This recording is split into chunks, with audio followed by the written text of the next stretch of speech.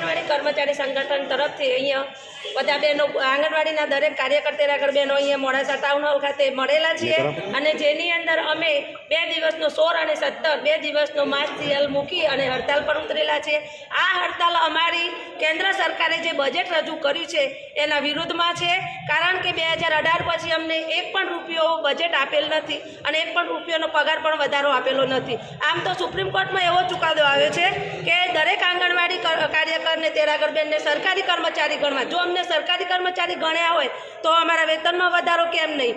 ના ગુજરાત સરકાર અમને લઘુત્તમ વેતન આપે છે કે ના કેન્દ્ર સરકાર બજેટમાં કંઈ અમારો વધારો કર્યો છે? તો અમારે કેન્દ્ર સરકારને જણાવવું છે કે જો આવનારા સમયમાં જો તમે અમારી તાત્કાલિક બેઠક નહીં કરો અને અમારી માગણીઓને નહીં સંતોષો તો આવનારા સમયમાં અત્યારે જે તકલીફો અમે ભોગવી રહ્યા છીએ એ આવનારા સમયમાં ચોક્કસ તમને પણ પડશે। એ અમારા